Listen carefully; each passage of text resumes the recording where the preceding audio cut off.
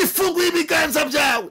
Dore Imana iguhaye igikundiro. Yarabara verify the man online. Dore Imana igukuyeho igisuzuguriro. Dore Imana iguteye inkunga muri ako kazi. Kandi ibyo wasabye Imana ije kubigukorera. Ni wara period defy the man online. Ibiteranira hari abantu bari barwaye indwara z'amayobera. Baryama kuri za matora nziza rwose. Baguwe neza rwose. Ariko abyuka yavunaguritse. Hari ubyuka bamurasaze. Byuka umutwe wamenaguritse. Abyuka imbavu ziri kumurya. Abyuka amavi ari kumurya. Ndetse kugira ngo abyuka agende ni ibibazo yabaye nk'ikimuga. Kuryama kubyuka kwe n'intambara. Haleluya. Kongeye kubaha ikaze inshuti za gusengerwa abari mu gihugu cyacu. Nubundi ni Harerimana Werarisi nkuko mumenyereye. Ku buhanga bw'ibyuma turi kumwe na Bobo. Tubaha ikaze muri kano kanya mu mwanya w'ijambo ry'Imana. Tumaze iminsi turi kuba ku ijambo ry'Imana. Nabwiye ko amezi aturi imbere atatu ari amezi yo gushaka Imana, yo kwegerana n'Imana, yo gusenga. Kuko abari amezi umuntu wese w'umukristo agomba gusenga, agasengera ndetse n'umwaka agiye kwinjiramo. Kandi aya mezi n'amezi iyo umuntu arangaye gato shitani ramwiba, ibyo yapanze bikayimfabusa. Niyo mpamvu amezi yegera gusoza umwaka aba ari amezi umuntu akwiye gusenga. Rero twagabatumire Munezero ndetse na Nambabazi nawe ari mu nzira muzamubona cyane ko musanzwe mumubona. Twavuze ku nkingi 5, tuvugaho inkingi 2, tuva ku nkingi yo gusenga yo kwihana, tuvuga no ku nkingi yo gusenga. Ejo twavuze ku nkingi nanone ijyanye no gusenga. Uyu munsi tugiye kuvuga ku nkingi y'inyi n'ibyiringiro. Iyo umuntu amaze kwihana, amaze kumenya gusenga, ikintu cya mbere yakira ibyiringiro. Ibyiringiro abyakira abikuye ku ijambo ry'ihumure abonye cyangwa se yumvishije. Umuntu agira ibyiringiro bitewe n'ijambo ryiza yumvishije. Ntago umuntu apfa kugira ibyiringiro gusa. Ushaka kubyiringiro ari muganga ukubwiye ati humura ntacyo uraba nturapfa. Ushaka kugira ibyiringiro ari mu muryango.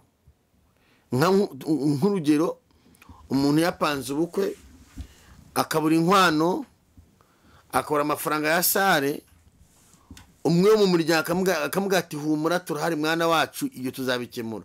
Umuntu aryamana ibyiringiro akajya avuga ati ntacyo bitwaye kuko njye narabukoze, hari aho nageze mbona birakaze. Hanyuma uyu munsi turavuga ku byiringiro by'abizera. Imana ishimwe. Turashaka kuvuga ku byiringiro by'abizera. Ibyiringiro ni inkingi ya 3, ibyiringiro by'abizera. Ibyiringiro umuntu agira abantu ntibamenye ko bifite, kandi bikazarangira iyo yiringiye yiyerekanye ku manwa y'ihangu. Kuko iyo umuntu yiringiye Imana ntago yiyerekana ngo yihishe. Iyo yiyerekanye ku buzima bwe abantu bose barabibona. Kugira ngo Imana ikwiyerekere n'abantu bose babone, haba hari ibyiringiro wowe bwabanje kugira. Kuko ibyiringiro byawe nibyo byururutse Imana ku buzima bwawe. Utagize ibyiringiro urapfa, ariko wagize ibyiringiro byururutse Imana ku buzima bwawe, amateka yawe agahinduka. Nguhaye ikaze mu nkingi 5, tugiye kuvugamo inkingi ya 3 yitwa ibyiringiro. Ibyiringiro by'abizera. Nguhaye ikaze kandi tubashimiye comment, tubashimiye abantu dukurikire, abantu babona linki yacu ya gusengerwa bakayifata bakayohereza abandi, baba badufashije mu ivuga butumwa. Imana ibaha umugisha. N'abantu ndetse babona gusengerwa bakabona linki yacu ari ubwa mbere, bagafungura telefoni zabo bakatwumva, kimwe murahembuka. Icya kabiri, iyo uramutse ukuri subscribe ubu duteye inkunga, ubu tworohereje kujya twiba tugushakira twohereje ijambo ry'Imana rikugeraho bitatuvunye. Rero inkunga yanyu nayo ndayibashimiye kuko mpita mbibona ko hari umuntu akuri subscribe bahita babimbwira ati hari umukanaka akoze subscribe kuri gusengerwa. Wowe wabikoze Imana igumugisha, nawe utabikora nawe ubikore, ni byiza cyane. Imana ishimwe. Nguhaye ikaze ku nkingi ya 3 yitwa ibyiringiro. Ibyiringiro tutavana mu miryango, ibyiringiro tutavana mu bavandimwe, ibyiringiro tuvana kwa Yesu ku musaraba. Turaza gusoma igitabo cya Yobu ibice 14 ku murongo wa 7. Abadukurikira Yebo tubahaye ikaze, n'abandi mudukurikiye mwese nduhambahaye ikaze. Uyu munsi ndumva mfite umunezero wo kuvuga ku byiringiro. Hari umuntu uraza kwakirira ijambo rimubera igisubizo ku buzima bwe. Hari umuntu uraza kwakira ijambo rimugarure. N'umukwe Imana anyemeza ko hari umuntu ijambo riraza kugarura rimushyire ku murongo, rimwongera indi myaka yo kurama. Amen.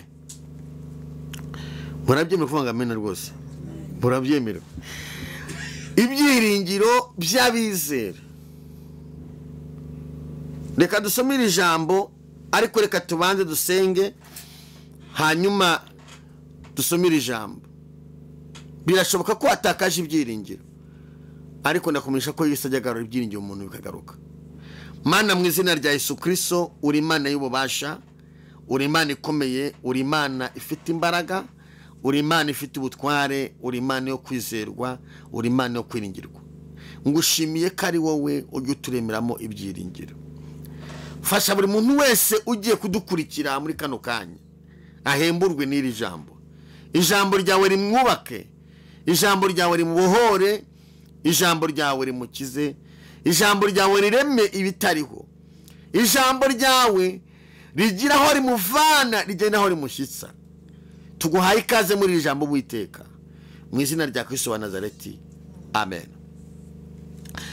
Reka dusome ijambo ry'Imana mu gitabo cya Yobu ibice byaho 14, turasoma ku murongo wa 7. Hari ijambo rivuga ngo erega hariho ibyiringiro yuko igiti iyo gitemwe cyongera gushibuka kandi kikajya kigira amashami y'ibitonomo. Iri jambo hari impamvu umwuka w'Imana ari kuzane ku buzima bwawe. Erega hariho ibyiringiro yuko igiti iyo gitemwe cyongera gushibuka. Cyatemwe, hariho ibyiringiro abantu batabibona. Nawe unyumvire, igiti cyatemwe igiti cyatemwe hasigara igitsinsi. Wenda se n'igiti bakijyanye mu ifuru baragitwika, wenda se bagikozemo amakara, ariko cya gitsinsi cyasigaye, hariho ibyiringiro ko iki gitsinsi cyasigaye mu butaka, Imana ishimwe, gishobora kumva amazi kikongera kigashibuka kikabyara ibindi biti. Ese wari ubizi yuko iki giti cyakongera gushibuka? Nubwo iki giti bashobora kugitema bakakijyana bakagitwika, igitsinsi cyacyo cyasigaye mu butaka, hari ibyiringiro yuko iki giti cyakongera gushibuka. Amen. Iri jambo manange riri kumfasha, ndumva rinyuze ahantu hose. Iyo umubyeyi atwite agatwita, uramutse umaze ngo amagufa y'umwana abahe, ntiyabigusobanurira. Umubwiye ati ese umusatsi w'umwana ubahe, ntiyabigusobanurira. Umubwiye ati ese inzara z'umwana zibahe, kandi umwana avuka afite inzara, ntiyabigusobanurira. Ariko uyu mubyeyi atwite, haleluya, haba hari ibyiringiro ko azabyara umwana akamusangana amagufa. Burya umwana urunze afite utugufa aba yafite amagufa pe, akamusangana inzara, amara amezi 9 afite ibyiringiro ko azabyara. nta nubwo umubyeyi usibye ko yajya kwa muganga bakamurebera, nta nubwo ashobora kwirebera ngo amenye ngo umwana asa gute, hoya ntiyakireba. Ariko abavyibitsemo ibyiringiro bivuga ngo hariho ibyiringiro ko amezi 9 narangira nzabyara umwana. Haleluya. Abafite ibyiringiro, umva ibyiringiro, ibi ni ibyiringiro. Umuntu yicara akamara amezi 9 yica avuga ati hariho ibyiringiro.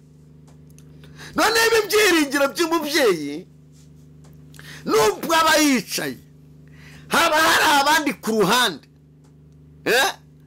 ari nabo baza bagatema. Haba hari abavuga ati yatwite ntazayibyara, dushingiye ibi nibi, bakazana imiravumba, bakazana ibiki, bakatega imihurura, bakagira gute, bagashaka uburyo igiti bagitema. Ariko uyu mubyeyi avuganye n'Imana, birangira bya byiringiro bye bicagaguye za mbaraga z'abakonikoni, uyu mubyeyi akabyara umwana muzima. Erega hari ibyiringiro nubwo ufite ibikomeye ku buzima bwawe, hari ibyiringiro ko Imana bizarangira ushibutse mu izina rya Yesu. Uzashibuka, hariho ibyiringiro. Iyi nkingi ya gatatu ivuga ku byiringiro by'abizera. Abizera tugira ibyiringiro tutabonesha amaso, kandi ibyiringiro byacu tubikura kuri ba tante na ba okere, tukabavanaho icyizere cyacu tukakishyira ku Mana. Nimba hari umuntu wizeye ko azagufasha, bubiretse izera Imana yo mu ijuru. Ibyiringiro byawe bishyire ku Mana yakwimanye, bishyire ku Mana ikuzigamye, ukawigejeje itariki ukiri muzima. Bari hushira ibyiringiro naho abandi baguhinduka, ariko ibyiringiro bishyire ku Mana yakurinze cyagiye ni wapfa. Dewa tarasi bishyire ku Mana ya yindi yaguciriye inzira. Abantu abo tuzaba tureba uko ameze. Niho nifuza kushira ibyiringiro. Uzi ko uyu mubyeyi baramuzinga ndetse bakanabimubwira. Urarumna kuri bati nta nubwo uzayibyara. Abandi akazana ubutumwa bati narose uwambaye ikanzu yera.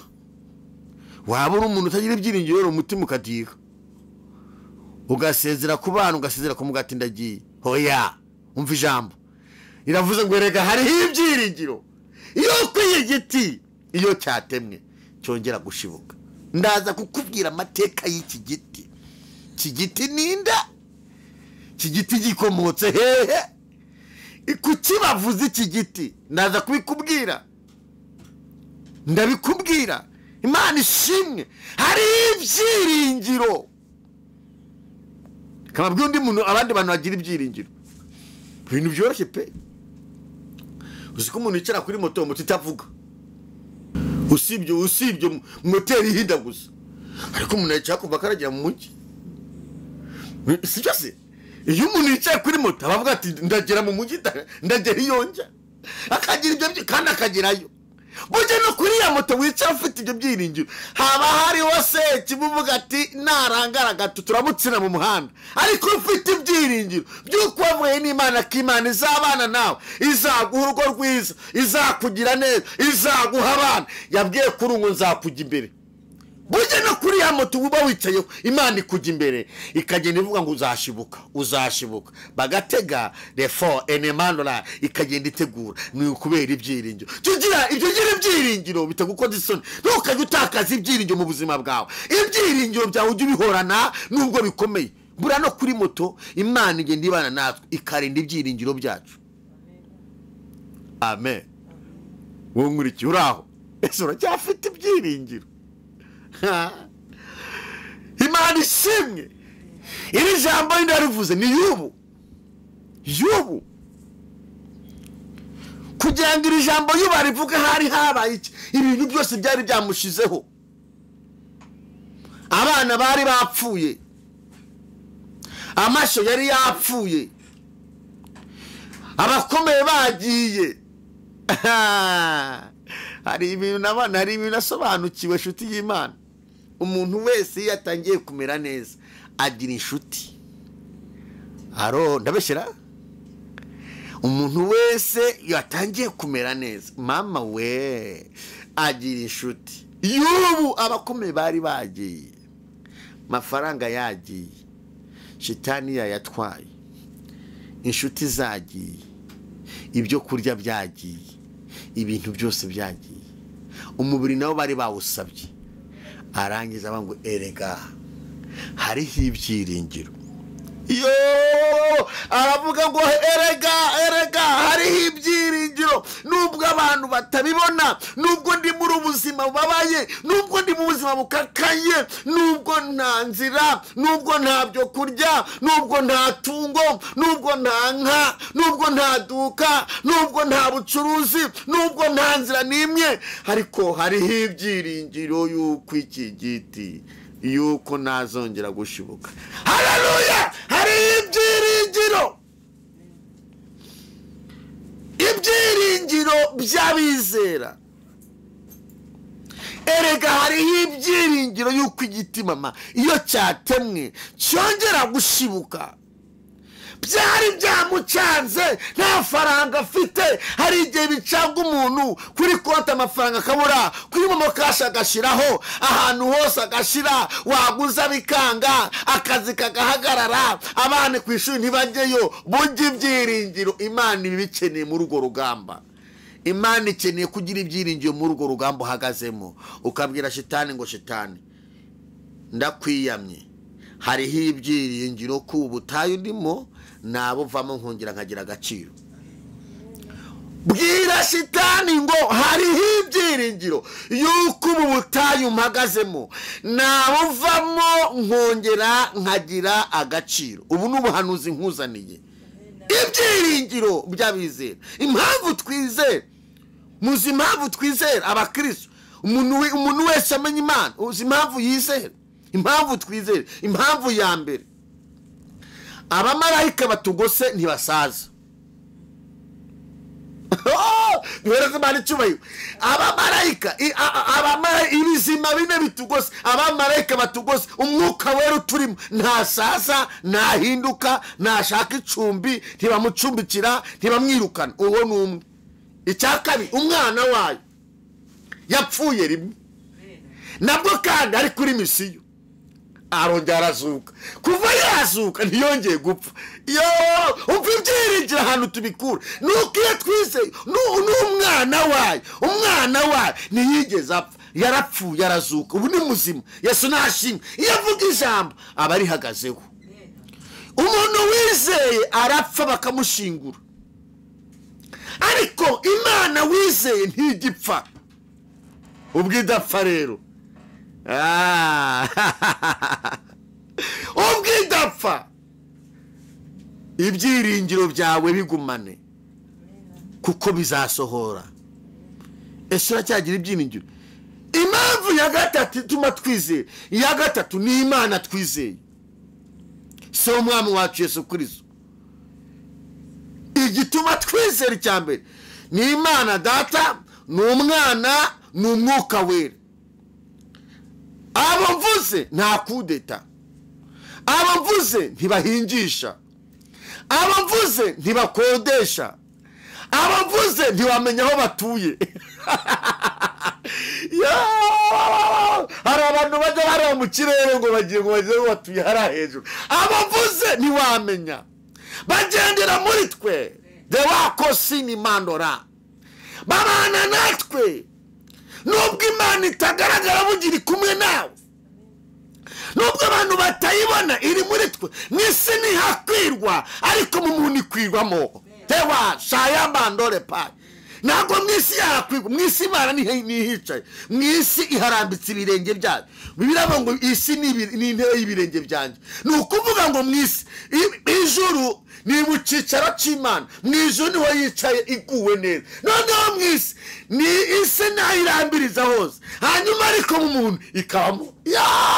Mu muntu ikwigwamo, ariko mbere Imana icyubahiro, mu muntu ikwigwamo, yicaramo. Yaravuze ngo nzagendera hehe muri mwebwe, tayazini manora.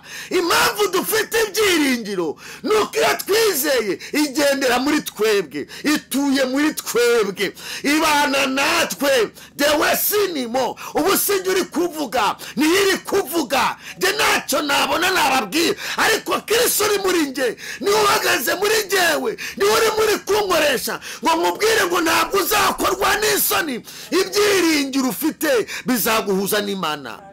Dewe kose ene manora Mana ushimwe. Ibyiringiro ufite bizaguhuza n'Imana. Wakiba ng'Imana iba muri wowe. Ntugende tuvuga ngo Mana uri kumwe nanjye, uri muri ngewe. Umwuka we ari muri wowe. Niyo mpamvu uryama bakoreza amahembe ntakwice. Yakica bose aryamye muri wowe.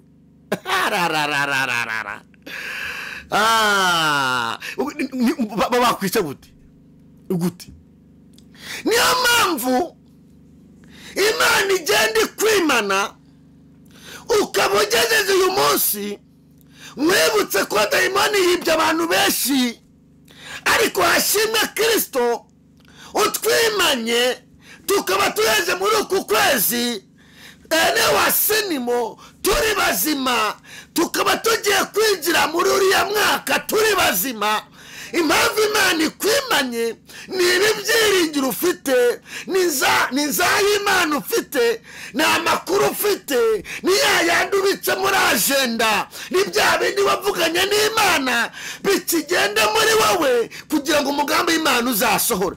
Imana iyo igiye gusoza umugambi w'Imana ibanza gutanga amakuru. Ikintu cya mbere umuntu yumva ni amakuru. N'uwacu aravuga ngo ikintu cya mbere ni iki? Ni amakuru. Ikintu cya mbere ni iki? Ni amakuru. Hanyuma Imana nayo ikintu cya mbere ikora itanga iki? Amakuru. Niyaza itatanze amakuru ibanza gutanga amakuru, ikaguha amakuru y'urugo uzubaka. Wabibwirana ati nzubaka, bati uzubaka. Yembe mbona ushatse uzubaka se? Ati nzubaka nike yambwiye. Abandi ati aho twamuzirikiye ntazavayo. Wabwira ati nzakomera.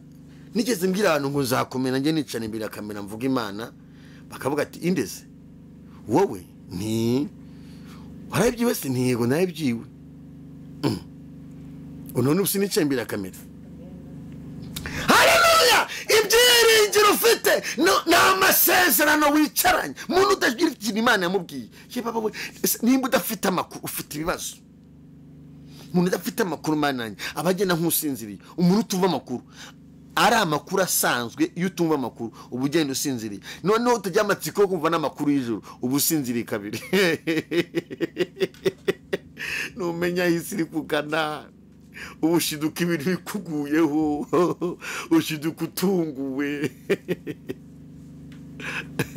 Baravuga ati uyu munsi abantu ntibave mu rugo ukabyuka ugenda kuko ntuzi amakuru, ariko uzi amakuru umenya aho isi iri kugana. Ese hari amakuru ufite? Ndakumva amakuru y'umurwa. Urumva amakuru? Uri kura hatagera ibyago. Wayumvishije? Hari amakuru twumva abisi bo ntibayazi, adutera kugira ibyiringiro, biduhesha yuko ibyo turimo tuzabivamo. Amakuru adutera kugira ibyiringiro, bitwizeza yuko umubabaro turimo tuzawuvamo. Amakuru y'ijuru adutera kugira ibyiringiro, bitwemeza ko uburushi turimo tuzabuvamo. Amakuru y'ijuru adutera kugira ibyiringiro, bitwemeza yuko tuzabana n'Imana. Amakuru y'ijuru adutera kugira ibyiringiro byuko imigozi bakuziritse izakuvaho. Igihe kimwe Imana iramubwira ngo nzakugirira neza, iramubwira ngo nzaguhoza amarira warize. Urugo rwe rwari rwarasenyutse, arambwira ngo nta cyerekezo. Imana yamubwira ngo nzakuvura ibikomere ufite. Akambwira ati werarisi mukozi w'Imana, nta hantu mbona byaca. Umugabo wanjye yaragiye, abandi baramutwaye ntiyagaruka. Ngiye kumva numva ijwi rirambwiye imana ni nziza. Mwaka wa 2019 sinzabagigo uyu mubyeyi imana amanaguye amarira 2019 ndavuga ngo mana uri imana ihanagura umuntu amarira. Umugabo yari yamubwiye ngo ntabwo uzigera n'umunsi n'umwe wongera kumbona mu buzima bwawe. Turi guse mwumva amakuru ibi mbabwira ndabyemeye mwemere gushyira komente. Ndabizi neza ko hari abantu bankurikiye bafite amakuru y'ibikomere Imana yabakijije, bafite amakuru y'akazi Imana yababwiye barakabona, bafite amakuru y'urubyaro Imana yabasezeranyije bararubona. Hari abantu bankurikiye bafite amakuru. Igihe tugezemo ni igihe cyo kuvuga Imana twabonye, tukavuga Imana turi kubona. Abantu bose bari ku migabane itandukanye y'isi n'abatazi Imana bakayimenya. Nimba social media hari kujyaho ibyaha bitandukanye, hagomba no kugaragara n'Imana, kandi iby'Imana bigomba kugira imbaraga kurusha iby'isi. Imana iduhagurukize kugira ngo dutangaze yuko utagomba kuba muwo mu ruhu. Amakuru yo mu byaha yasige, ushaka amakuru y'ijuru. Imana ishimwe. Turi gusengana n'uyu mubyeyi, ijuru amubwira ngo nzakuvura ibikomere kandi ntabwo nzaguha undi mugabo, ahubwo wa wundi wagiye niwe nzagarura. Iyo Mana we uteze ikibazo ugakemuzamo igisubizo. Umugabo aza kumureba muri covid yinjiye mitangiye, ngo aza kumureba ngo azamusure ngo arebe uko ameze. Aje kumureba umunsi guma mu rugo ibiraje. Aje kumureba umunsi yari yavuye mu ntara, guma mu rugo ibigira gutati va ibiraje. Nta muntu wemeye kuba mu karere, buri muntu wese akoma ku mahari aragumye aho ngaho. Uwamutwaye arategereza ashaka inzira arayibura. Umudamu nawe yifitiye amakuru y'ijuru. Ese bagize ngo umudamu yifitiye amakuru y'ijuru agira injuru? Nta nyura agira, kandi hari amakuru afite. Mudamu ahita atangira gahunda yo gutanga keya, kwita ku mutware. Kavuga ati Mana hari icyo bambwiye. Buriya hari ibintu byagiye ba muri covid, ariko ari Imana ibizanye. Hari ibintu muri covid hari abantu bahombye kwe n'abantu basubijwe, hari abantu batabawe, hari abantu bakize ibikomere. Ushaka kubyumva ukavuga ati abaresi ari abantu Imana yagiye neza muri covid. Imana iteza ikibazo igakemuzamo igisubizo. Hari abantu babonye akazi batari kuzabona akazi uko pe. Izi ngingo se nizatanze akazi. Imyenda gusa byatanze iki iteza ikibazo. Buri kintu cyose Imana igiteza ikibazo igakemuza igisubizo. Hari abikenyuruza, hari nabo yambika. Zakenyuruza iki? Abami kugira ngo ukingurire iki? Inzu. Umudamu baricaye, umugabo nta modoka abona, nta kintu kiramujyana. Umunsi wa mbere, uwa kabiri, icyumweru gishize ati twongeho ikindi. Umudamu hari icecekere. Umugabo ku munsi wa kabiri w'ikindi cyumweru aramuga ati rero she nkubwire, n'ubu ni umugore usezerano, ibyari byanteye sinzari biki, nabonye uri umwana mwiza kurusha abandi, nta hantu nzongera kujya, sizongera kuva mu bana banjye. Ubu tuvugana andika message ushaka uyandikire. Nabyo babyita inshoreke, niko byita. Uyandikira inshoreke bwati byarangiye. Umudamu aramwandikira ati wihangane, ibyo wariye nibyo, ayo watwaye nayo ngaya, ariko nta uzongera gutwara. Umugabo wanjye Imana yamugare kandi yari yarabitubwiye. Hari agakora hasi turimo ngo yari yarabitubwiye. Abantu mutagira amakuru mufite ibibazo. Amakuru ntabwo asaza. Buri abantu ntabwo baza akamaro k'amakuru. Amakuru ntabwo asaza. Amakuru ntashobora kuza urumbu, ntasaza ahantu ari. Ujya kubona ukuntu bareba nasanzwe, ujya kubona ukuntu barayagaruye yo mu myaka yashize yose. Uyu mwaka ushize muzabicunga, uyu mwaka ushize ikintu cyambere kibaho niki? Ni amakuru y'umwaka yose, ni amakuru yatambutse mu mwaka yose. Bongera bakagarura bakavuga ki? Bakavuga ya makuru. Hanyuma ayo ni amakuru n'ay'ijuru nayo ntabwo asaza. nimba yano kwisadasaza wibwira ko amakuru wibitseho Mana yanjye we nasiriza bagwereka hari ibyiringiro wagize ngo ibi byiringiro biri ahangaha ngo ni ibyiringiro byo kuvana ku bantu ni amakuru. Haleluya. Ni amakuru. None umubyeyi yabyaye umwana amwita biva mu gusenga. Umwana zamwita biva mu gusenga. Bwana amazina barokore bita ushaka mu gikomero cy'umurokore umva izina yise umwana utumenya ahantu yavuye. Ushaka kumenya umubyeyi atabaho biva mu gusenga. Biva mu gusenga. Amakuru erega hari ibyiringiro yuko igiti iyo cyatemwe cyongera gushibuka.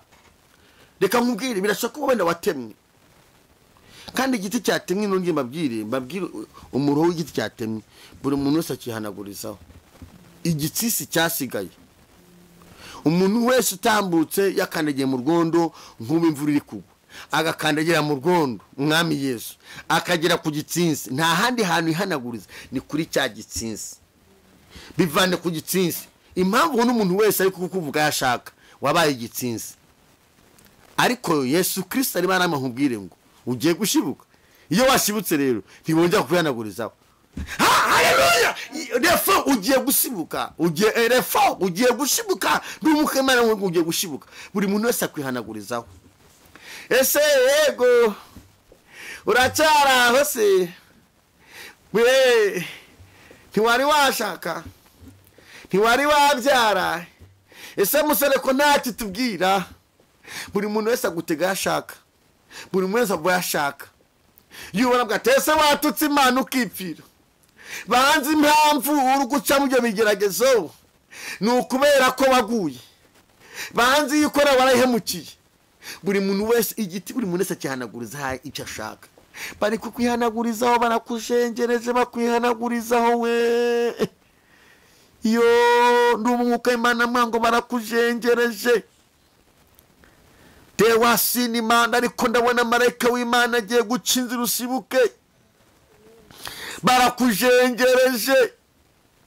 Yubambuye ati nimuniza na 5 babiguha. Barakuzengereza nta wakugira icyizere. Umbuka umwuka w'Imana ambwiye igihe cyo kukwihanagurizaho kigiye kurangira. Hazi igihe cyo gushibuka. Ere wasini mandorepa. Igihe cyo kukwihanagurizaho kigiye kurangira bisubiremo.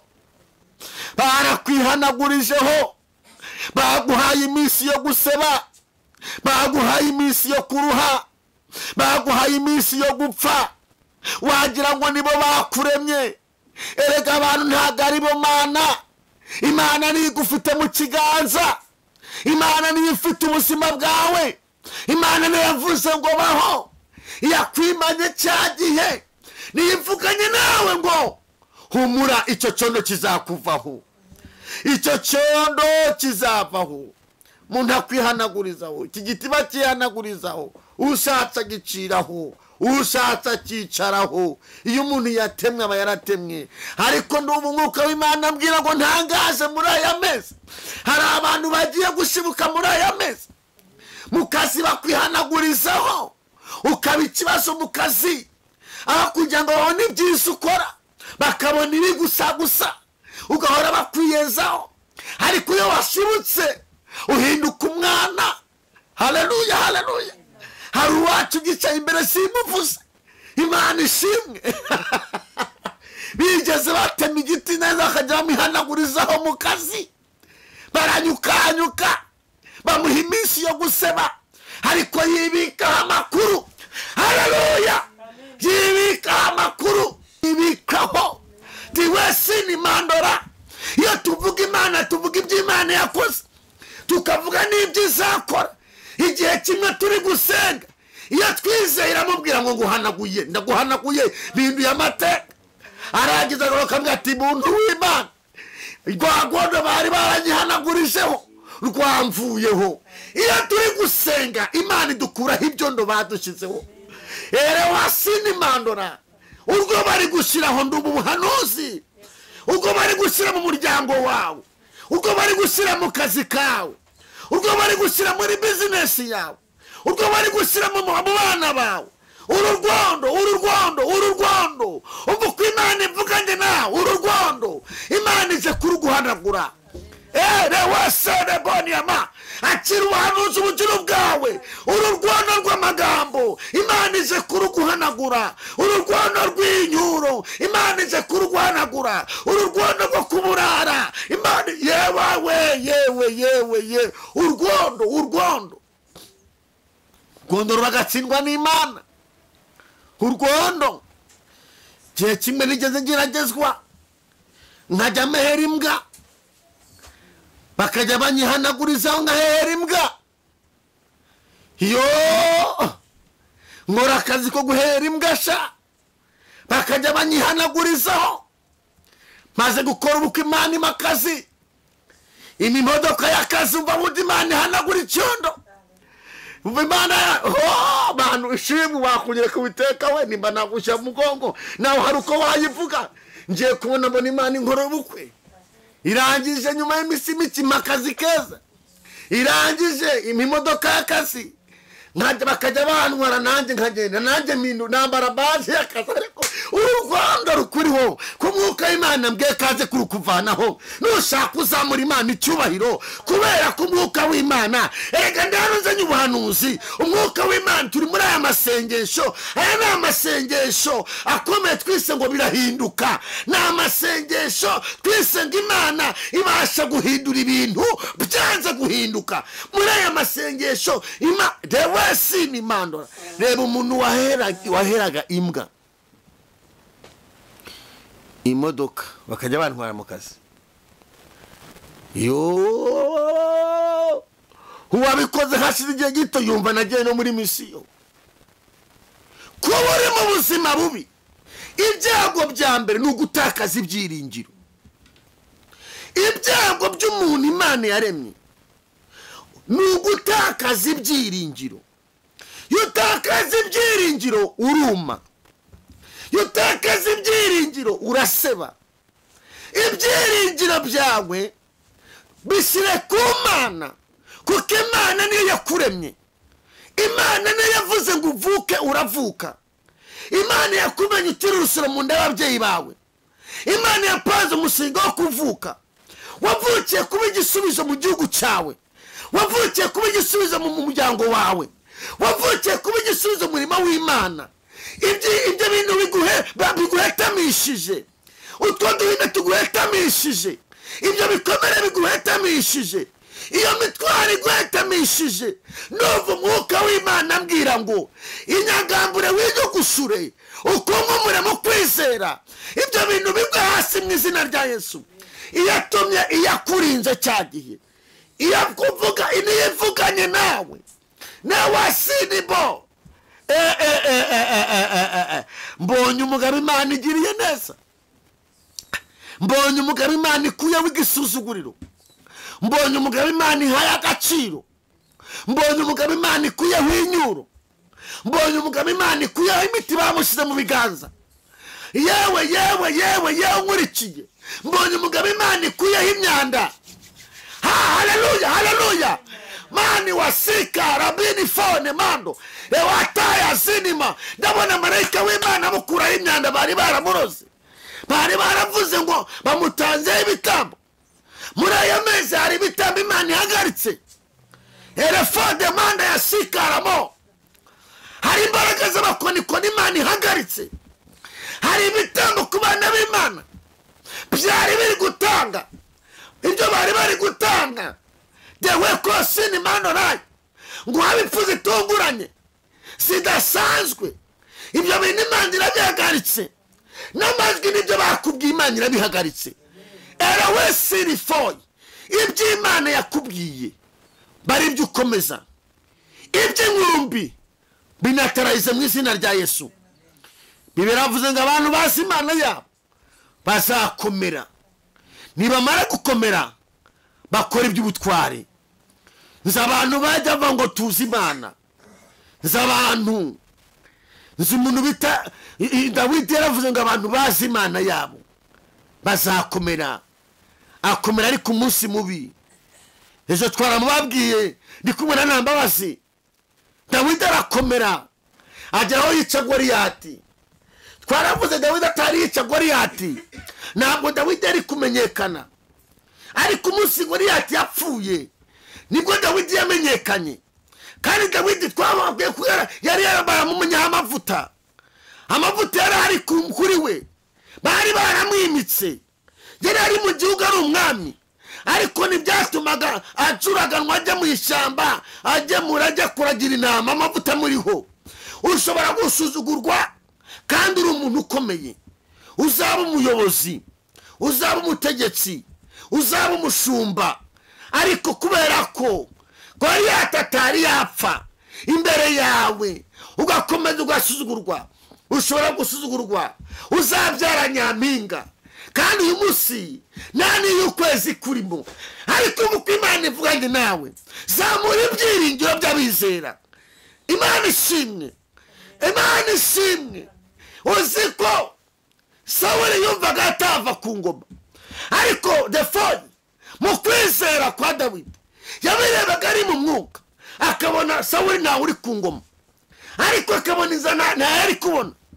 Ariko kugira ngo Imana itabare Dawidi habaye iki? Niko twavuze, habaye iki?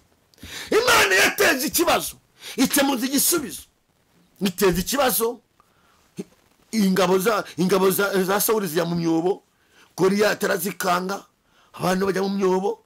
Agasore kava mu ishyamba karaza kitwariye amavuta, karaza ati habaye icyano, iki cyabaye ni Goliyati. Iyo avuze inzoka ziracurama, iyo avuze turwara diyare, iyo avuze tujya mu myobo. Yo kuvuga kwa Goliyati konyine abantu barapfa. Wakwereka urusaka abadayimoni bafite ku buzima bwawe. Zamura ibyiringiro, haleluya, zamura ibyiringiro. Dawidi arabireba arabyumva, arabyumva atekose mwebwe iyo mikino. Uwo muntu nta nubwo ndamwica nk'imwe mu nyamaswa njya nica, nta nubwo namwica nk'umuntu, arapfa nk'inyamaswa. Ariko defa ibyiri, reka nkubwire, erega ntabwo uri kubw'impanuka, nta nubwo uri kubw'impuhwe z'abadayimoni, ni uri kubw'impuhwe z'abakwanga, uri kubw'umugambi w'Imana. Bisubiremo, ntabwo uriho kubw'impanuka, si impanuka kubwo uriho ijuru ryarabiteguye. Uriho kubw'ijuru ryabiteguye. Ndatangariza abadayimoni bakuri inyuma, ndatangariza abari kukuroga, ndatangariza abagambana, ndatangariza abakwifuriza gupfa, ndatangariza imbaraga zikurwanya, ndatangariza abateje imyumvire ipfuye. Nababwiye ko abadayimoni ba mbere bagengereje abantu ni abadayimoni bo mu myumvire, imyumvire mibi. Bijya gusohoka hanze, ubwonko babukoroze, inama musanga bamwe imitsi turika, amajwi yose ari ku mutwe wawe atubaha Imana, atazamura ibyiringiro, atakuremera ibyishimo, atakuremera umunezero, adakura ubwiza bw'Imana kuri wowe, adakura amavuta y'Imana kuri wowe. Turayasohoye mu izina rya Yesu Kristo wa Nazareti. Amajwi akubwira ngo uzapfa, amajwi akubwira ngo uzasaza uko, amajwi akubwira ngo ntacyo uzimarira, verify the word. Amajwi akubwira ngo ntibizahinduka, amajwi akubwira ngo uzasazira ku iyo ntebe, amajwi akubwira ngo uzakora gisida, amajwi akubwira ngo ntuzayibyara, amajwi akubwira ngo abana ntibaziga. Ayo majwi yabaye urusaku bwe mu mutima wawe, ayo majwi akoroga ubwonko bwawe. Mu bubasha duhabwa n'Imana Data n'Umwana n'Umwuka Wera, turayirukanye. Ntabwo ari kuva ku Mana, ari kuva kwa Shitani, kugira ngo ubwonko bunanirwe uturike imitsi upfe. Ariko umwuka w'Imana mbwiye amajwi meza. Umva indirimbo, hari indirimbo ngo ijwi ryawe ni ryiza, ijwi ryawe riranezeza, ijwi ryawe rirahumuriza, ritandukanye n'ayandi majwi. Ijwi ryawe rirahumuriza, ritandukanye n'ayandi majwi. Hari amajwi mabi atuma umuntu asaza imburagihe. Hari amajwi mabi atuma umuntu afata icyemezo cyo kujya kwiyahura. Burya umuntu wiyahura, ikintu cya mbere kiba cyamuvangiye ni amajwi. Tuba tubona agenda ariko amajwi amurembeje. Akurembeje uyu munsi yasimbuze ibyiringiro. Haleluya! Akurembeje uyu munsi yasimbuze ibyiringiro. Imana ishimwe. Akuzengereje. Nzajya mu cyaro, uyu mujyi sinawe ushobora, birakaze, ubukode ni hatari, minirivare nta ndi kubona, biraducanze, uwaba agiye hanze abaze musi nzabakira, imiririri ndapfuye, myene barayijyanye, biracancanze, madeni sinzayavamo. Akurembeje yasimbuze ibyiringiro. Haranditse ngo erega hariho ibyiringiro. Ibi byiringiro binatarariza amajwi mabi ku buzima bw'umuntu, bikazamura ukwizera ku muntu. Ukwizera kwazamuka ku muntu, ukwizera kugahereza imitekerereze igaheza kwakira igitangaza. Umuntu adafite ukwizera, adafite ibyiringiro, ntabwo abasha kwakira igitangaza. Iyo amajwi mabi asohotse mu muntu akakuvamo agasohoka, hazamuka ibyiringiro. Ibyinyo byazamuka bigahereza ukwizera, ukwizera kukazamuka. Kwamara kuzamuka ukakira igitangaza, utangira kujya wakira igitangaza. Iyo ukwizera kwazamutse gufungura imitekerereze, ntabwo Imana izagutabara ugifite amajwi mabi. Amajwi mabi ntatuma ufunguka, amajwi mabi ntiyatuma umenyerekwa, amajwi mabi ntiwamenya ahantu ukomanga, amajwi mabi ntiyakwereka icyerekezo.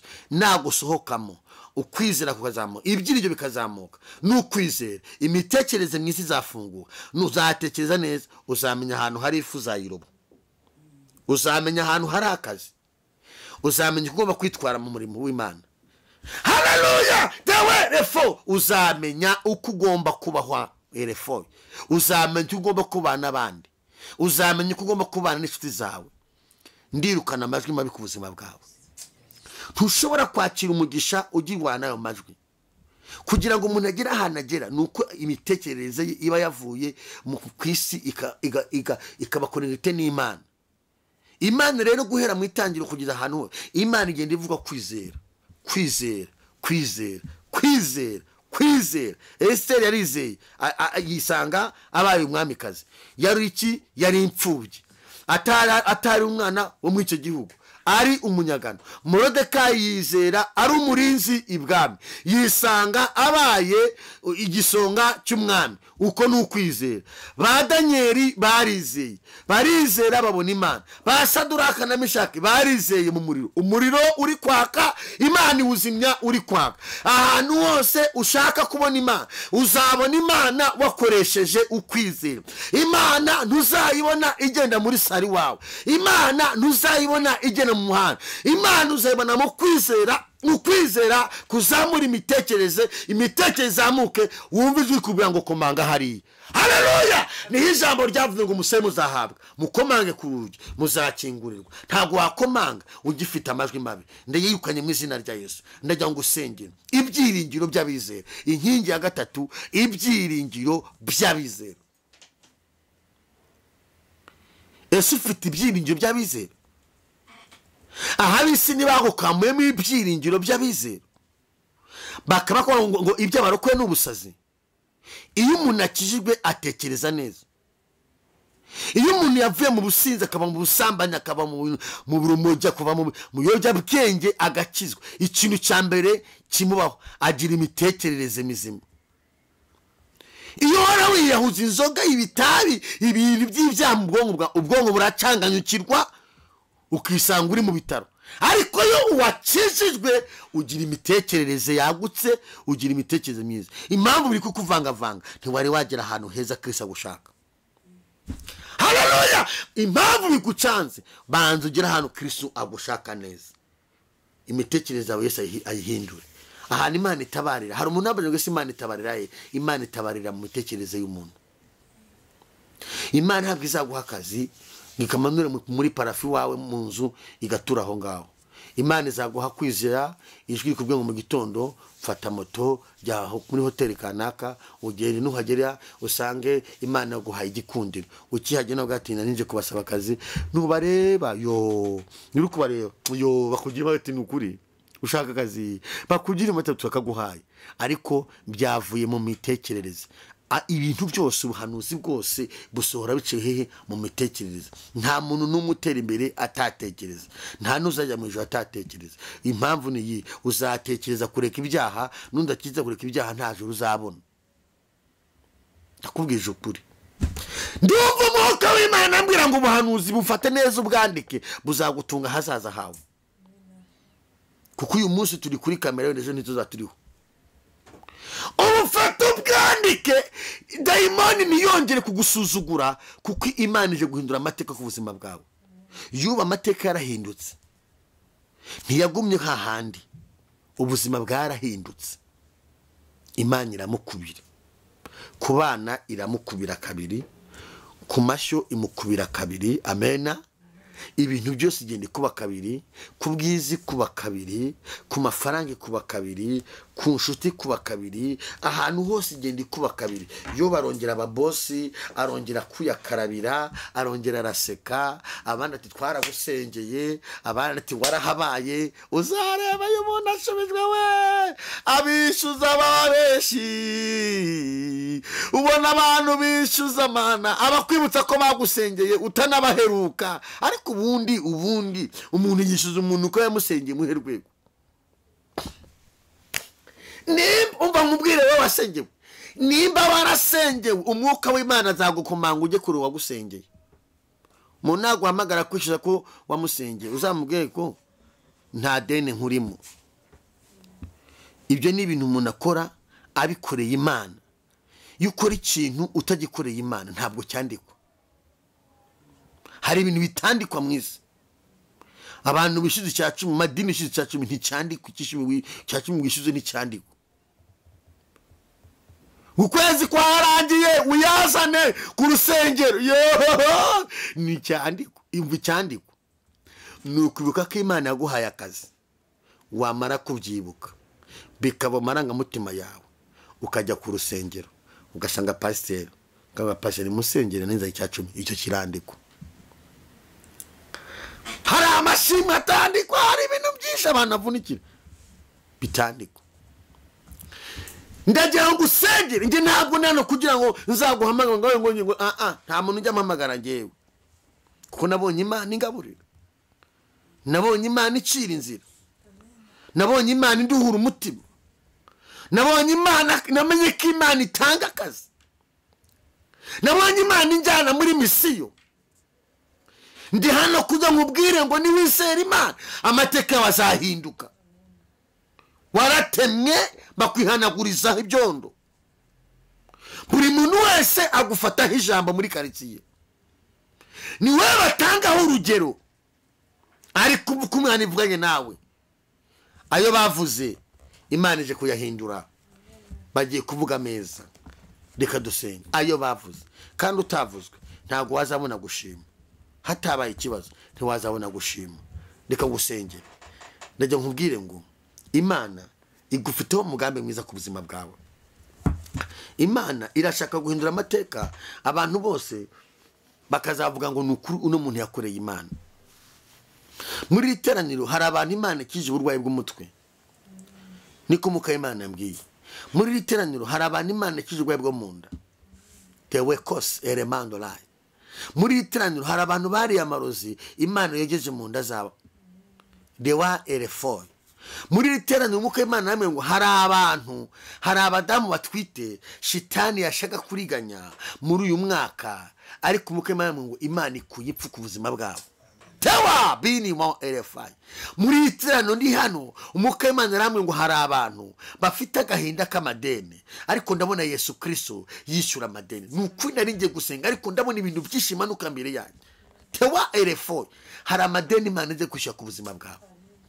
Newaza kirifo. Muri iteraniro hari umuntu wasabye Imana umwuka wera, aravuga ngo Mana nyine uyu mwuka w'Imana ku buzima bwanjye. Ndi umwuka ngo uyu mwuka w'Imana Imana yamutanze.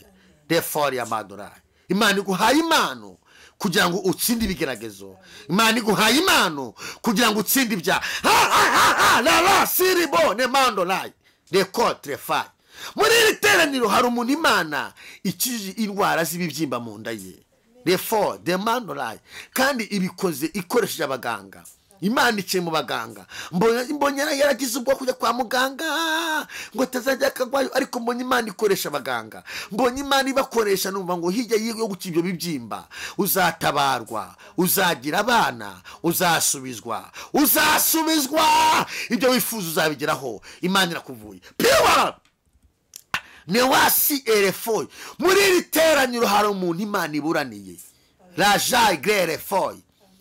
Defo yari afite imanza zikomeye, ariko izi manza umwuka w'Imana araziburanye. Piriwa yazayigere mandora pa. Tewe elefoi. Izi manza Kristo aze kuziburana ku buzima bwawe, aguteye inkunga kugira ngo amateka yawe ahinduke.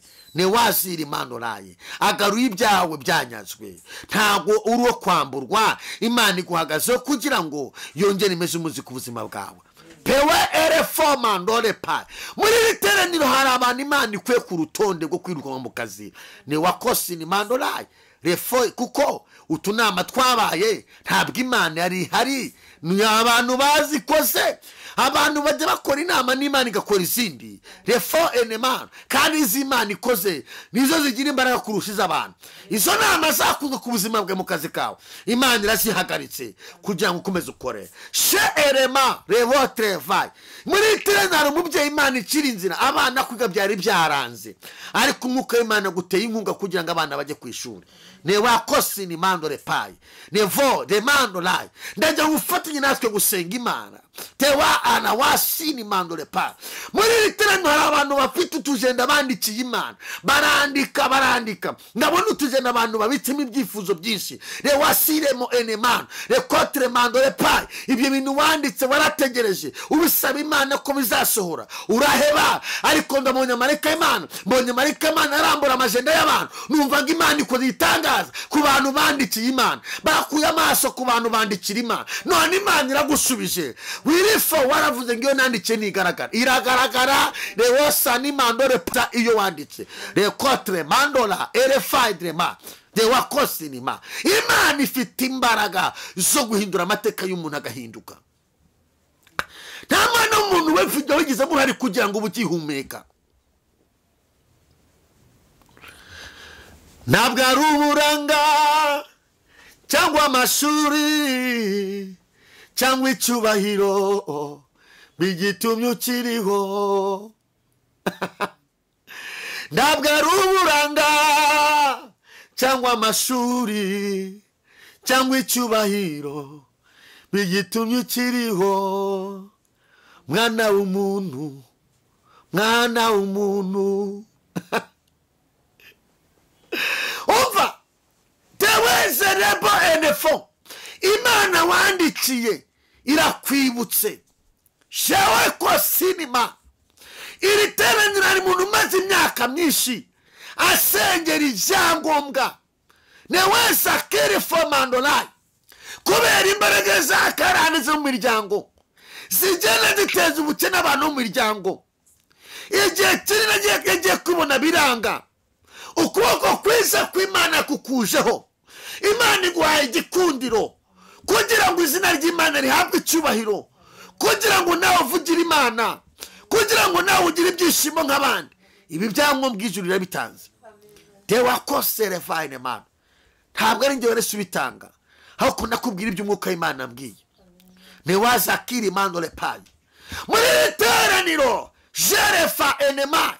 Hari umuntu wamaze imyaka myinshi, ndabona ari nk'ibiri cyangwa ibiri hagati aho ngaho, asengera akazi ke ngo Imana igire ibyihindura. Periwa de wesiri foi. amaze igihe asenga abwira Imana ngo Mana, mu kazi kanjye wagize ibyo uhindura mu kazi kanjye. Mbonye marayika w'Imana kugirira imbabazi. Dore ijuru rikugiriye imbabazi. Dore umuterankunga w'ijuru ku buzima bwawe. Dore Imana iguciriye inzira. Dore Imana igukoreye igitangaza. Dore Imana ifunguye ubwenge bwawe. Dore Imana ifunguye ibiganza byawe. Dore Imana iguhaye igikundiro. Yarabara werefy the man online. Dore Imana igukuyeho igisuzuguriro. Dore Imana iguteye inkunga muri ako kazi. Kandi ibyo wasabye Imana, Imana ije kubigukorera. Ni wara piri wa defy the man online. Iri teraniro hari abantu bari barwaye indwara z'amayobera. Baryama kuri za matora nziza rwose. Baguwe neza rwose. Ariko abyuka yavunaguritse. Hari ubyuka bamurasaze, byuka umutwe wamenaguritse, abyuka imbavu ziri kumurya, byuka amavi ari kumurya, ndetse kugira ngo abyuka agende ni ibibazo yabaye nk'ikimuga. Kuryama kubyuka kwe n'intambara. Dore mbonye marayika w'Imana gukorera ka massage. Mbonye marayika w'Imana uzabyandika kuri comment. Dore mbonye marayika w'Imana gukora ka massage. Numva ngo ibyo batongera irefy the man, ibyo batongera ayo batanze ku buzima bwawe. Umva nkubwire, ayo batanze ku buzima bwawe Imana yatesheje agaciro. Ayo batanze ngo uruhe Imana yatesheje agaciro. Hari abantu batanze amafaranga bajya gushaka imiti, bajya gushaka ibitega, bajya gushaka inzingo, bajya gushaka ibintu bibuza amahoro, bajya gushaka ibatera imyaku. Umwuka w'Imana arambwiye ngo ayo batanze Imana yatesheje agaciro. Iguteye inkunga kugira ngo uvuge izina ry'Imana, kugira ngo ugire ubuzima bwawe, kugira ngo ubuzima bwawe buhinduke. Reweko sini mandole pa erefaidre mandolai. Navugana nawe nkurikiye kuri kamera, ndajya nkubwire ngo ayo batanze ku buzima bwawe apfuye ubusa. Ni kubuka w'Imana mbwiye. Barayatanze ngo uyu mwaka utawurangiza. Irirahiye urawurangije. Uracyarimo igishoro. Uri igishoro cy'Imana. Ujya ugenda na mafiyeri, ujya ugenda confidence, ujya ugenda wuzuye, kuko umwuka w'Imana arambwiye ngo uri igishoro cy'Imana. Irewerefa uri igishoro cy'Imana. Imana igushyize ku isi ngo ube igishoro cy'Imana. Ubwiriza abantu, utanga ubuhamya, ukore, utera imbere, uteza imbere igihugu, uteza imbere itorero, uteza imbere karitsiye. Imana igushyize imbere ngo ube igisubizo cy'imfubyi. Imana igushyize imbere ngo ube igisubizo cy'umuryango wawe. Imana igushyize imbere ngo ube igisubizo cy'abavandimwe bawe. Imana erewasinimo ayo batanze ku buzima bwawe. Kristo aravuze ngo apfuye ubusa ku buzima bwawe. Ayapfuye ubusa. Ugiye kumamagara mvuge ngo umukozi w'Imana, Imana inkure igitangaza ndakibonye ku buzima bwanjye. Mana, mu izina rya Kristo wa Nazareti, tewasiri mandole pa erefai. Muri iyi gahunda y'amasengesho ngushimiye ko ukoze ibimo n'ibitangaza ku bantu. Tayasika mandole beria foy. Ngushimiye kuri Imana ihinduye amateka ku bantu bawe. Ngushimiye kuri Imana ikwiga isuzuguro ku bantu bawe. Ngushimiye kuri Imana itanze gushibuka ku bantu bawe. Newasiri fo mandolai. Babihanagurije mu gihe kirekire, ariko ngushimiye ko waguye intambwe z'ibirenge byabo kugira ngo bazajye no mu ijuru. Ariko no muri ubu buzima harafori ya mandolai babaye abafatanya ibikorwa beza wabakoresheje iby'ubutware. Ngushimiye ko ayo batanze ku murimo w'Imana, ku babyeyi, ayo batanze ku bakobwa, ayo batanze ku bagabo, ayatanzwe ku basore. Ngushimiye kuri Imana yakuyeho. Uri Imana igitesha agaciro imigambi y'abadayimoni. Abari badukurikiye live, ngushimiye ko nabo uhinduye amateka. ne wa sinima gushime ko umuntu wese uzadukurikirana ne wa krefori y'abantu amateka yinutse ku buzima bwe kandi bigiye kumenyekana uri Imana ibikoze ukabikora kuyubahisha ushoboze buri muntu wese kuba muri inkingi amenye ko afite ibyiringiro kandi ibyiringiro afite bizamuhesha kugera ku ntsinzi umuntu wese agira ibyiringiro bikamuhesha kugira intsinzi urakoze Mana kubikoze mu izina rya Kristo wa Nazareti amen Imana ikugirire neza Imana ikwiteho ijambo ry'Imana nakagaruka kandi umenye ko ibyiringiro byawe ufite ari byo bizaguhesha kugera ku ntsinzi y'ubuzima bwawe Yesu abagire neza bye bye.